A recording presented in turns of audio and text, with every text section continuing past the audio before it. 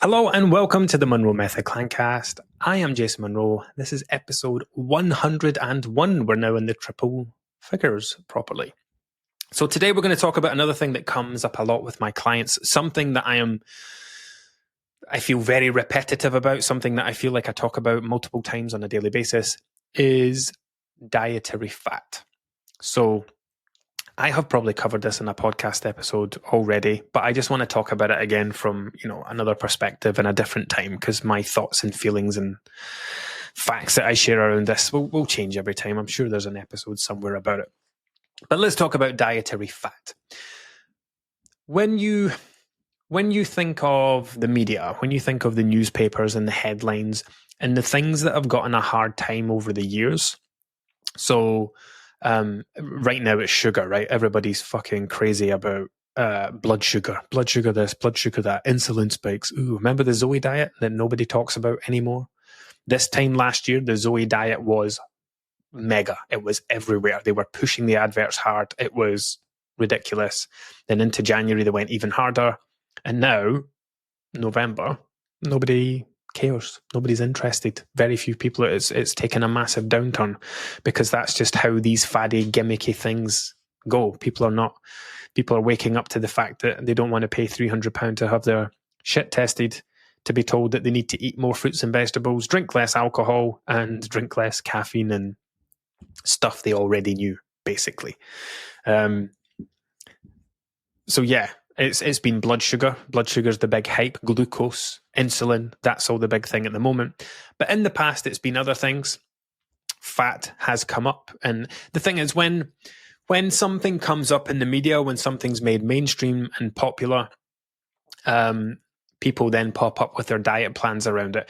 And it's funny because you can see how diets have been influenced by that over the years. So like Slimming World and Weight Watchers have gone through many different kind of evolutions.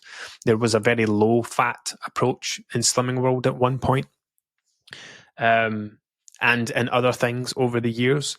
But for me, the whole point of this episode is that someone asked me a question recently and says, what do you think like the biggest issue is with people's diets? And it's a very difficult question because there is no one thing.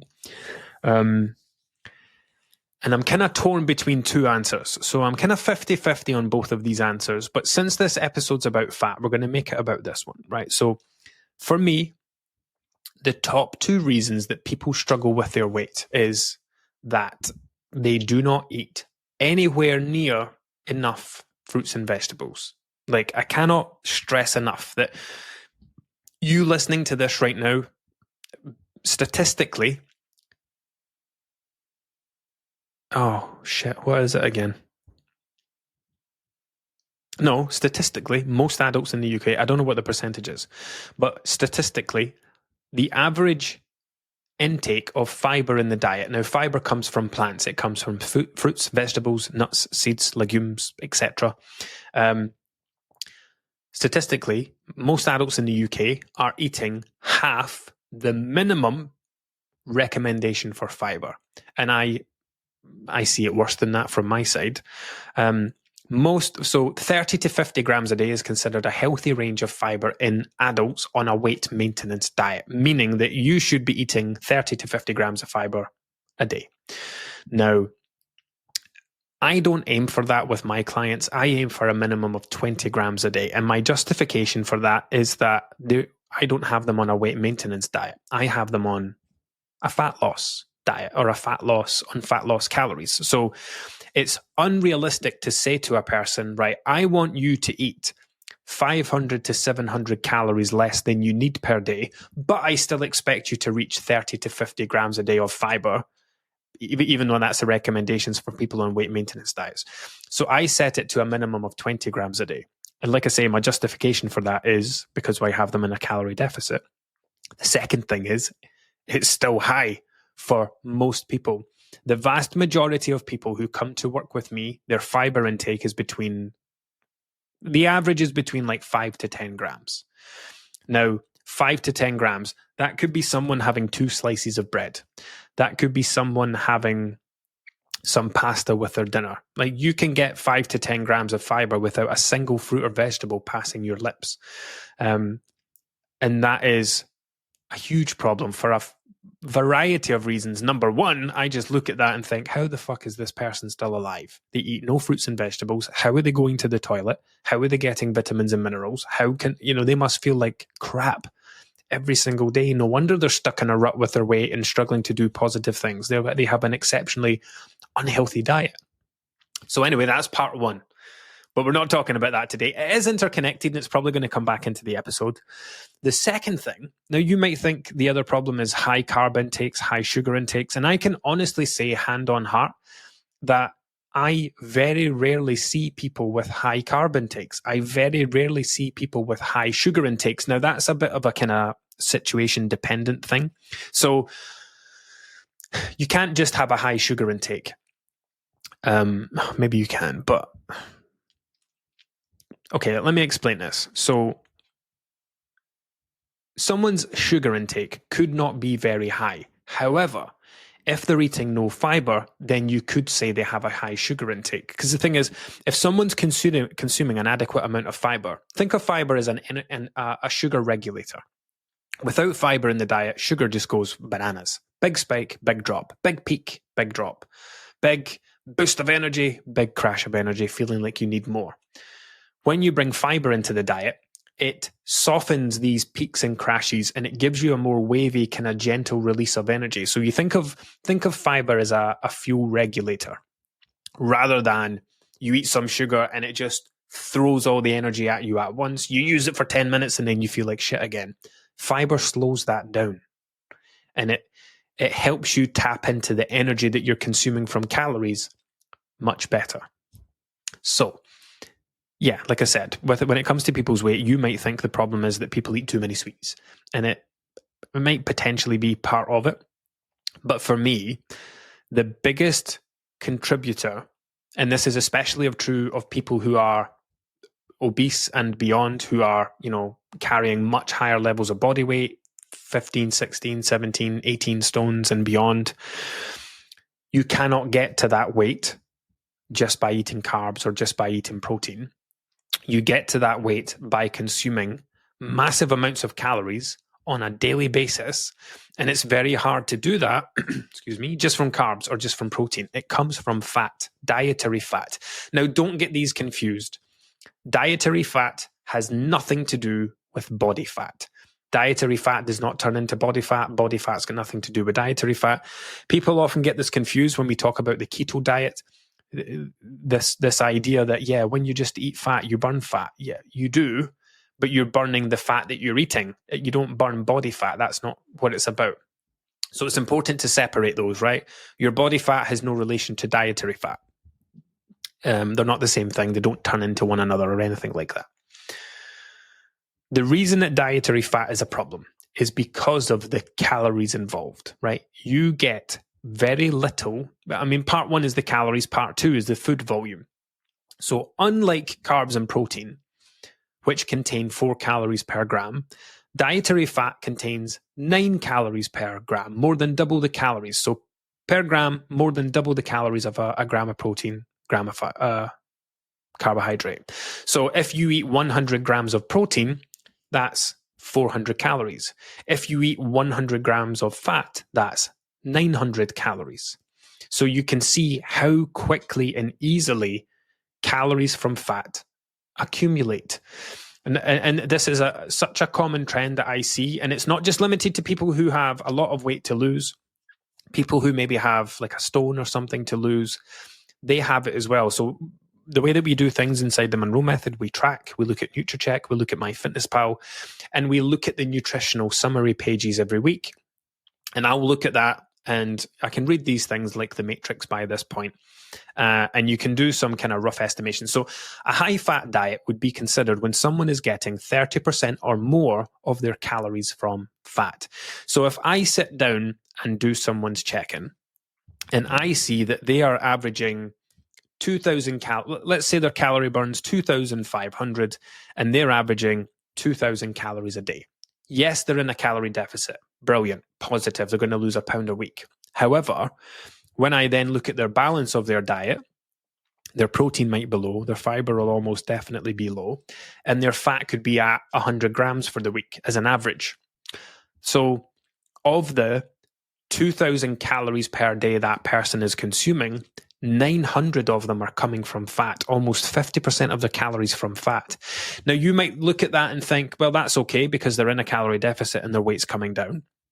And that's one way of looking at it. But the way that my mind works and the whole purpose of the Monroe method is to help people lose weight for life. Now, I know that the reason that person's weight is where it is, the reason they have 3, 4, 5 stones to lose is because they can very easily have a day where they consume 1,000 plus calories from fat.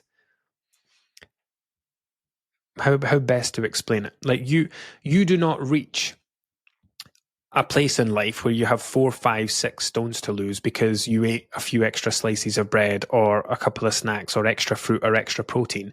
You reach that because you consume a massive amount of calories. As in, when I say massive, I mean a level that not necessarily a number. If someone's burning 3,000 calories a day, they're eating 4,000 calories a day. If someone's burning 1,800 calories a day, they're eating 2,500 calories a day. You're eating way beyond your body's needs. You're putting in calories that your body doesn't use. It uses the first portion that it burns that day, but then it's got all these extra ones, and it would get to them, but the next day you put in even more, and then you put in even more. And what happens is you just end up in the cycle where your body's never using any of these stored calories.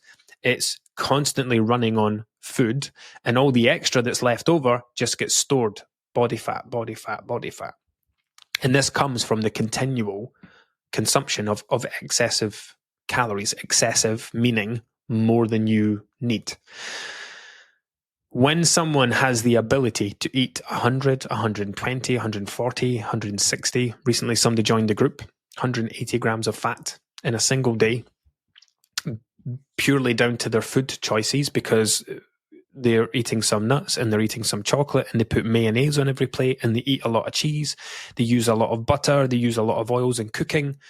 Before you know it, this person has consumed a couple of thousand calories more than they needed. The other angle of this is, and this is something that I have to explain to people sometimes as well. And this is, as I say, this is a conversation I have on a daily basis with people.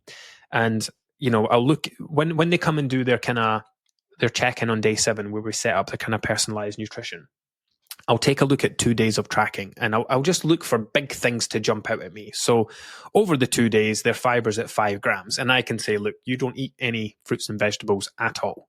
That's part of the reason why your weight is where it is. This is something that's going to have to change if you want to lose weight long term.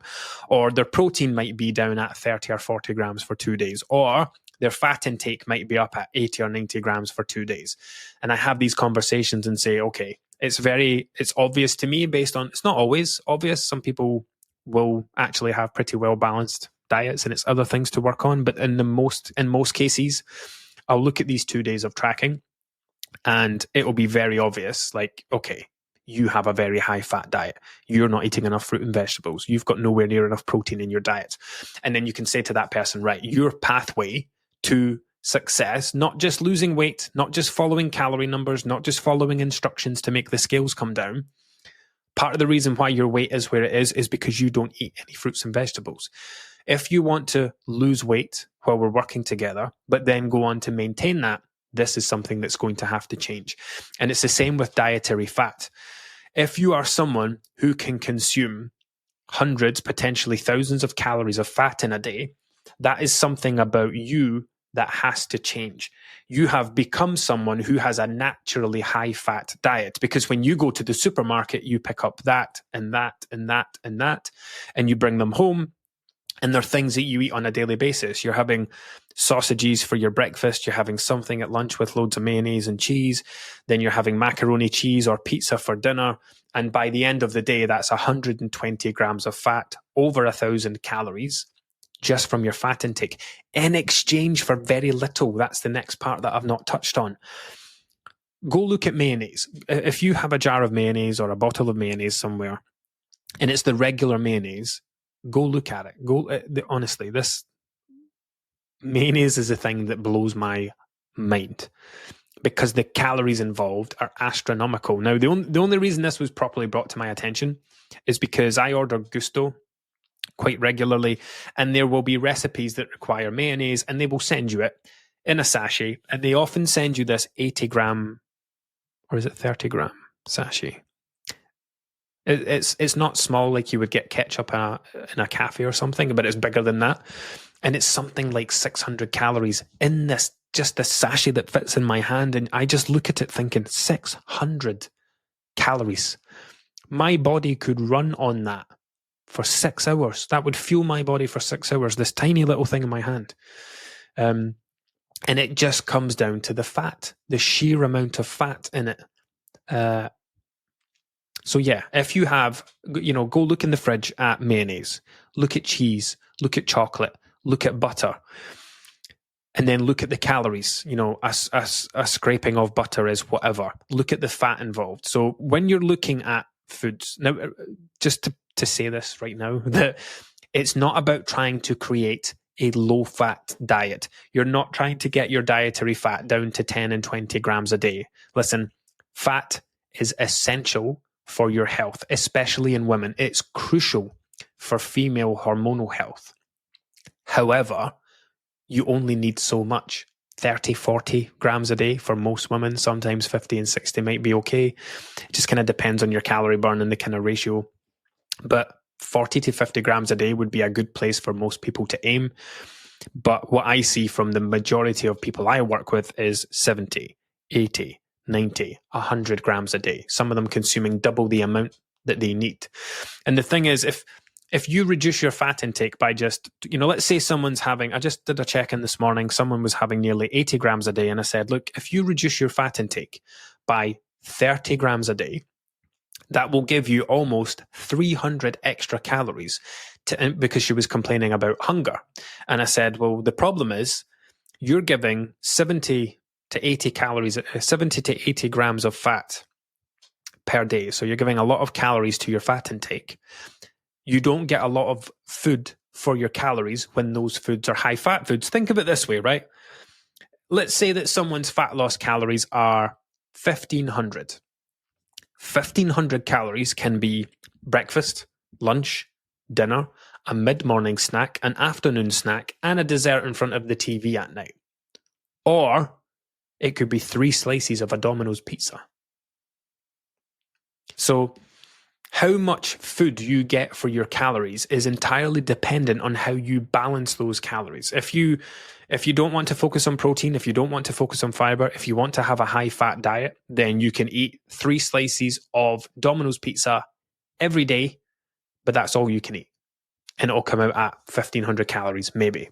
Or do you want to learn how to balance your diet so you can have a filling breakfast, a filling lunch, a filling dinner that's a full plate of food, snacks in between, a supper at night, all for 1,500 calories?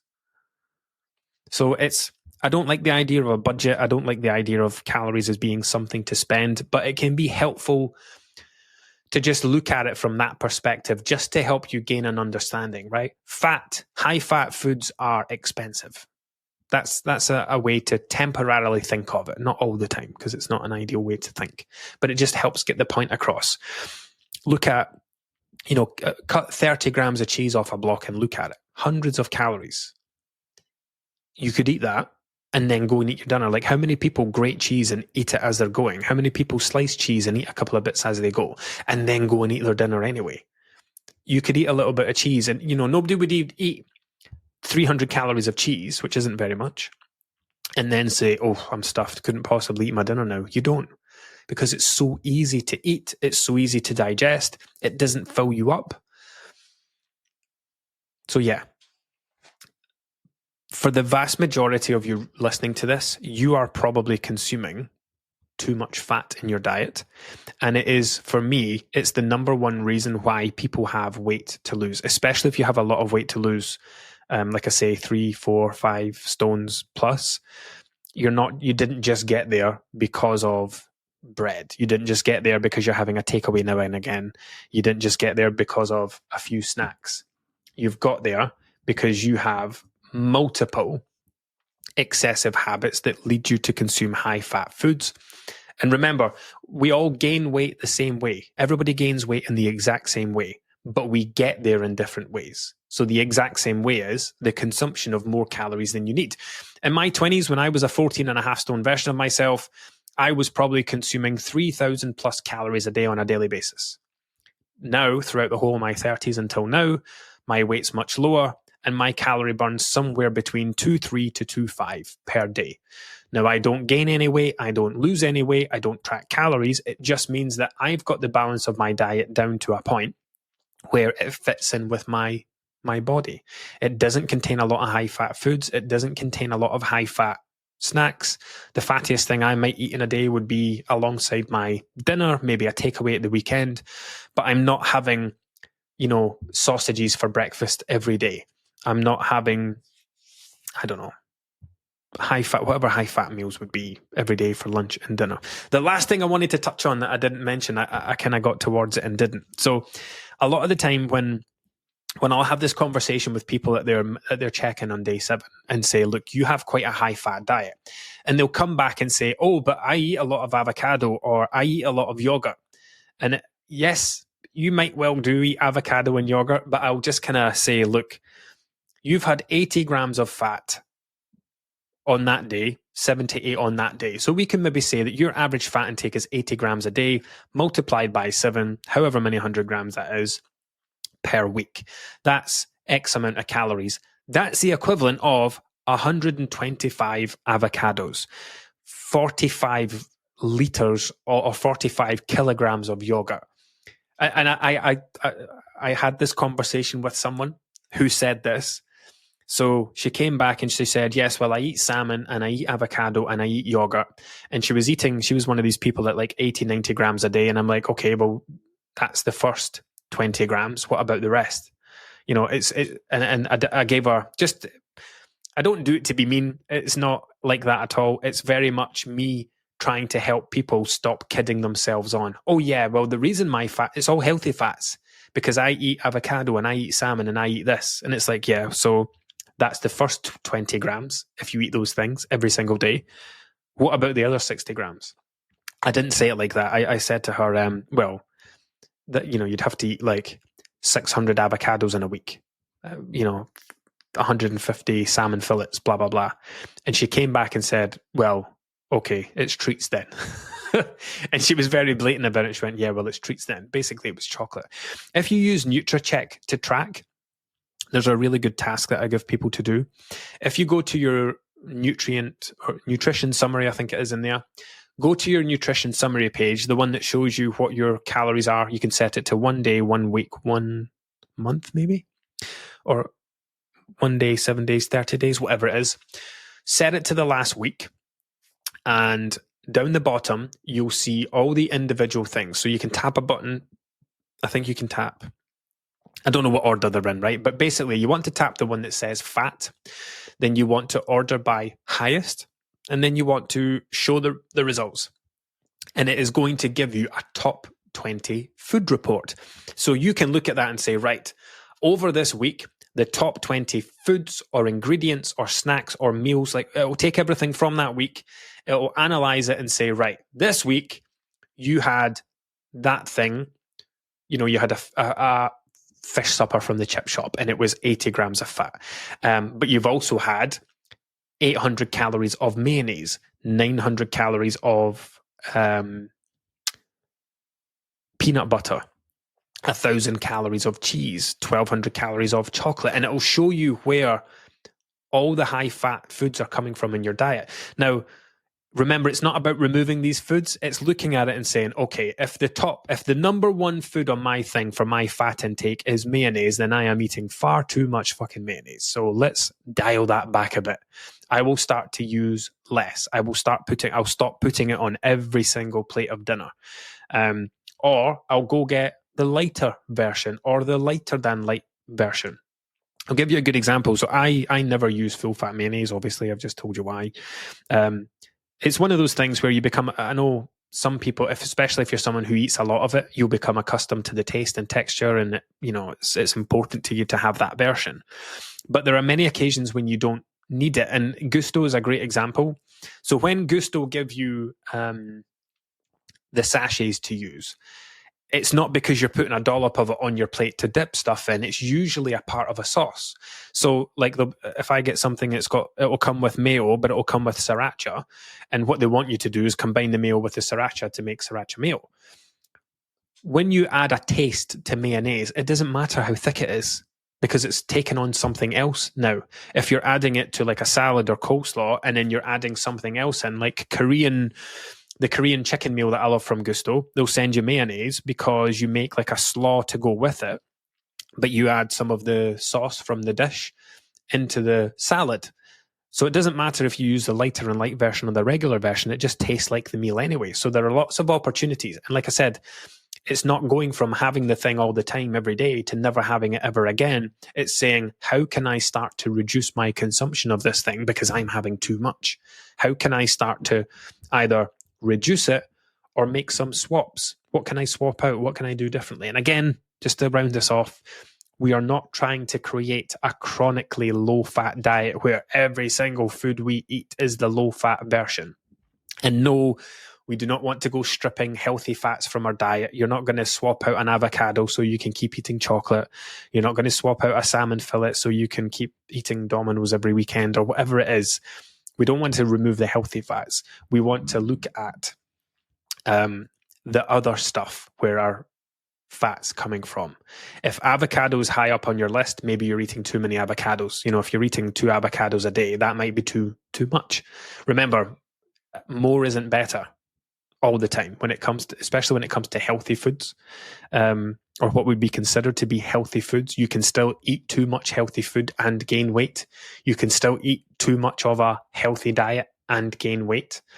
So yeah, it's about finding the balance. It's easy to go too far in either direction. Anyway, this was a long one today. I will see you next time.